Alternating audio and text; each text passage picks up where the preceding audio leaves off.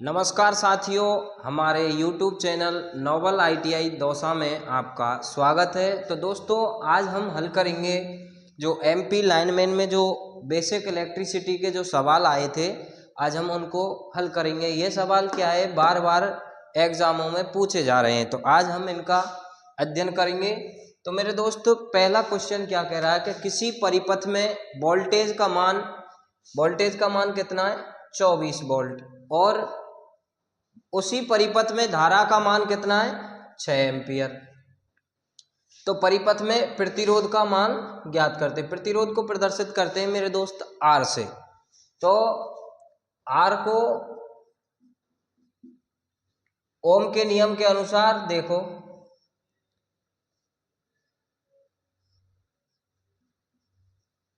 ये यहां से ओम का नियम क्या बताता है, B समानुपाती होता है I के, या I समानुपाती होता है B के। तो मेरे दोस्त, यहां से निकल के आता है कि जिसका अपन को वो निकालना है सूत्र, जैसे B का निकालना है तो इस लाइन का मतलब है गुना और इसका मतलब है भाग। तो जैसे ही अपन B को छुपा लेंगे तो B को संबंध I से आएगा, B बराबर IR, और अपन I को निकालेंगे तो I को छुपा लेंगे, तो I बराबर B बटा R, और R को निकालेंगे तो R को छुपा देंगे, R बराबर B बटा I। तो यहाँ क्या पूछा है, R पूछा है, तो R पूछा है तो R बराबर B बटा I। B कितना है मेरे दोस्त, 24 वोल्ट, I कितना है, 6 एम्पियर। 6 का भाग देंगे 24 में, क्या उत्तर निकल के आएगा, 4 ओम। अब दूसरे क्वेश्चन पे चलते हैं कि दूसरा क्वेश्चन क्या कह रहा है कि विद्युत परिपथ में धारा प्रवाह के लिए न्यूनतम जो आवश्यक स्थिति है वो क्या है। तो मेरे दोस्त, पहला ऑप्शन में है चालकता। तो चालकता होती क्या है, चालकता को अपन किससे प्रदर्शित करते हैं, G से। G का सूत्र है G बराबर 1/R। तो G चालकता होती है धारा के मार्ग में सुगमता। तो G बराबर 1/R, इसका जो वो होगा प्रतिरोध का मात्रक होता है ओम, ओम इनवर्स, या इसका मात्रक होगा महो। तो ये तो होगी नहीं। दूसरे ऑप्शन की बात अपन कर लेते हैं। दूसरे ऑप्शन में है प्रतिरोध। प्रतिरोध क्या करता है, धारा के मार्ग में रुकावट पैदा करता है या अवरुद्ध, धारा को अवरुद्ध करता है। तो प्रतिरोध का मात्रक क्या होता है, ओम। ये भी नहीं होगा। तो एक क्या होना चाहिए, बंद लूप। बंद लूप की बात अगर हम कर लेते हैं तो एक ऐसा बंद लूप होना चाहिए। तो बंद लूप होगा तो तभी तो धारा प्रवाहित होगी। तो इसका आंसर आएगा एक बंद लूप परिपथ होना चाहिए। वोल्टेज चौथे ऑप्शन में है, डी में वोल्टेज। वोल्टेज क्या होती है, किसी बिंदु को अनंत से विद्युत क्षेत्र के किसी बिंदु तक लाने में किया गया कार्य ही क्या कहलाता है, वोल्टेज। वोल्टेज का सूत्र होता है B बराबर W/Q। W को प्रदर्शित क्या, W का मतलब है कार्य, कार्य का मतलब क्या होता है, जूल, और Q आवेश का मात्रक होता है कूलाम। तो वोल्टेज का मात्रक क्या हो गया, जूल प्रति कूलाम।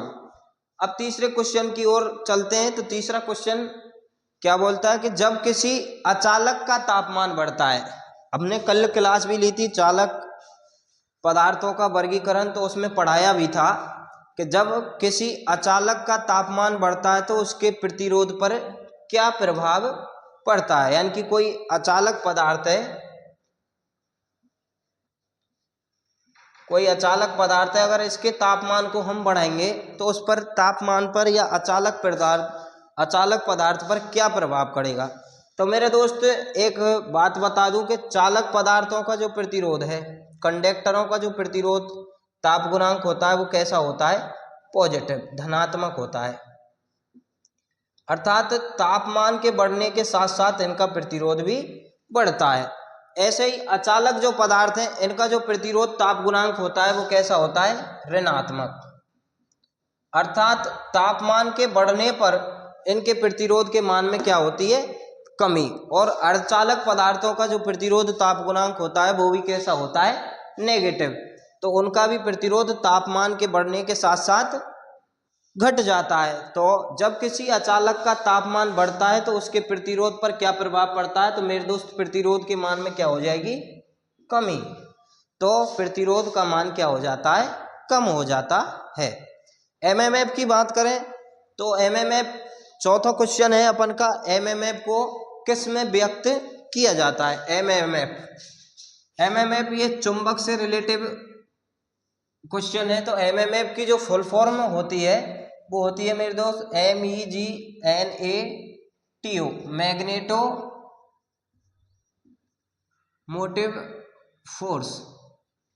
एमएफ की फुल फॉर्म होती है magnetic motive force, magneto motive force. यह क्वेश्चन PSPCL ALM में भी आया हुआ था और यह यहाँ भी पूछ लिया MP लाइनमैन में। तो एमएमएफ की फुल फॉर्म होती है मैग्नेटो मोटिव फोर्स। एमएमएफ होता क्या है और एमएमएफ को व्यक्त किस में करते हैं। एमएमएफ का सूत्र होता है एमएमएफ बराबर N गुना I। तो इसका जो मात्रक होता है वो होता है एम्पियर टर्न। वह बाहरी बल जो किसी चुंबकीय परिपथ में चुंबकीय फ्लक्स को प्रवाहित करता है क्या कहलाता है, एमएमएफ। एक बार दोबारा सुनो, वह बाहरी बल जो चुंबकीय परिपथ में चुंबकीय फ्लक्स को प्रवाहित करता है क्या कहलाता है, एमएमएफ। एमएमएफ की जो पूर्ण रूप है वो है मैग्नेटोमोटिव फोर्स और एमएमएफ का जो सूत्र है वो है एमएमएफ बराबर N गुना I। N क्या है, टर्न की संख्या और I धारा, एम्पियर। तो इसका मात्रक लिख देते हैं हम एम्पियर टर्न से। एक ऑप्शन में दे रखा है एम्पियर, तो एम्पियर किसका मात्रक है, वो मात्रक है धारा का। एम्पियर किसका मात्रक है, धारा का। और एक दे रखा है वेबर, ऑप्शन बी में दे रखा है वेबर। वेबर किसका मात्रक है, फ्लक्स का। एक दे रखा है वोल्ट, सी में दे रखा है वोल्ट। वोल्ट किसका मात्रक है, वोल्टेज का या ईएमएफ का।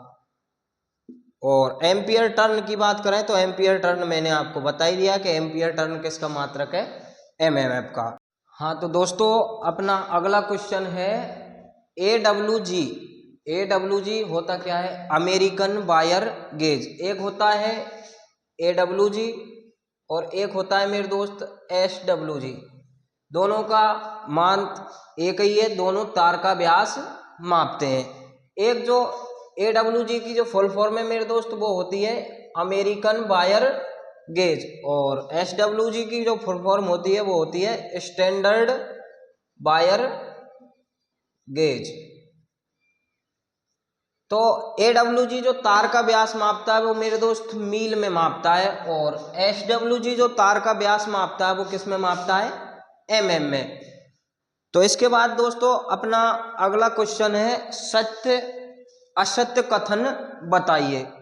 तांबे की चालकता, पहला कथन कह रहा है कि तांबे की चालकता एल्युमिनियम से बेहतर होती है, यानी कि एल्युमिनियम से अच्छी होती है। दूसरा कथन कह रहा है कि एल्युमिनियम का घनत्व तांबे के घनत्व से ज़्यादा होता है। अब देखते हैं ऑप्शन की तरफ।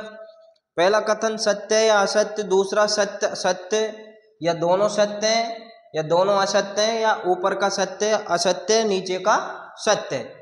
तो मैं आपको बता दूं कि तांबे की जो चालकता होती है,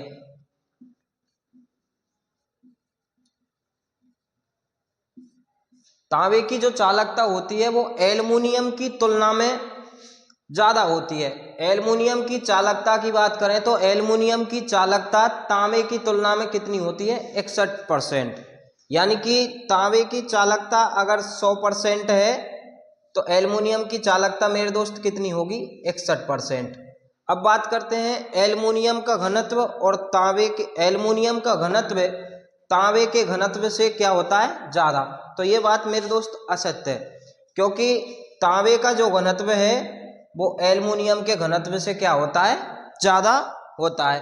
तांबे का जो गलनांक होता है मेरे दोस्त वो होता है 1083 डिग्री सेल्सियस और एल्युमिनियम का जो घनत्व, एल्युमिनियम का जो गलनांक होता है वे मेरे दोस्त लगभग होता है 660 डिग्री सेल्सियस। अब बात करते हैं इसका जो आंसर आएगा, जो पहला कथन तो मेरे दोस्त सत्य है और दूसरा कथन क्या है, असत्य, क्योंकि तांबे का घनत्व एल्युमिनियम से क्या होता है, ज़्यादा होता है। चौथा क्वेश्चन है मेरे दोस्त, मानव शरीर के लिए कानों के बीच का प्रतिरोध कितना होता है। तो मेरे दोस्त मानव शरीर के लिए कानों के जो बीच का प्रतिरोध होता है वो कितना होता है, लगभग 100 ओम कोटि का होता है। और मानव शरीर का जो भीगी अवस्था में अपन प्रतिरोध की बात करें वो कितना होता है, 1 किलो ओम या 1000 ओम होता है। किलो को अपन 1000 से ही लिखते हैं। अब बात करते हैं, एक और क्वेश्चन है, 1 एम्पियर घंटा बराबर, 1 एम्पियर घंटा बराबर क्या होता है। तो 1 एम्पियर की बात करें तो 1 कूलाम, 600 कूलाम, 3600 कूलाम या 60 कूलाम, 4 ऑप्शन आपके आगे दे रखे हैं। तो मैं बात करता हूं कि 1 एम्पियर,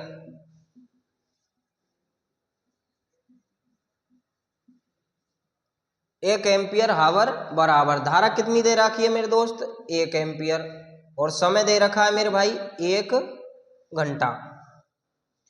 तो समय को अपन कूलाम की बात करें, कूलाम का सूत्र होता है Q बराबर I/T, एम्पियर सेकंड। कूलाम का मात्रक क्या होता है, एम्पियर सेकंड। अब I कितना दे रखा है, 1 घंटा दे रखा है, अपन को समय किस में लेना है, सेकंड में।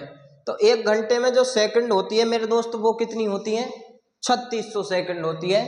तो 1 गुना 3600, 1 से 3600 को गुना करेंगे तो कोई फर्क नहीं पड़ेगा, इसलिए इसका उत्तर आएगा मेरे दोस्त 3600 कूलाम। दोस्तों हमारे चैनल पे आपको इसी प्रकार वीडियो क्वेश्चन मिलते रहेंगे, तो इसलिए आप इस चैनल को सब्सक्राइब कीजिए, लाइक कीजिए और हमारा थोड़ा सा साथ दीजिए इसमें। धन्यवाद।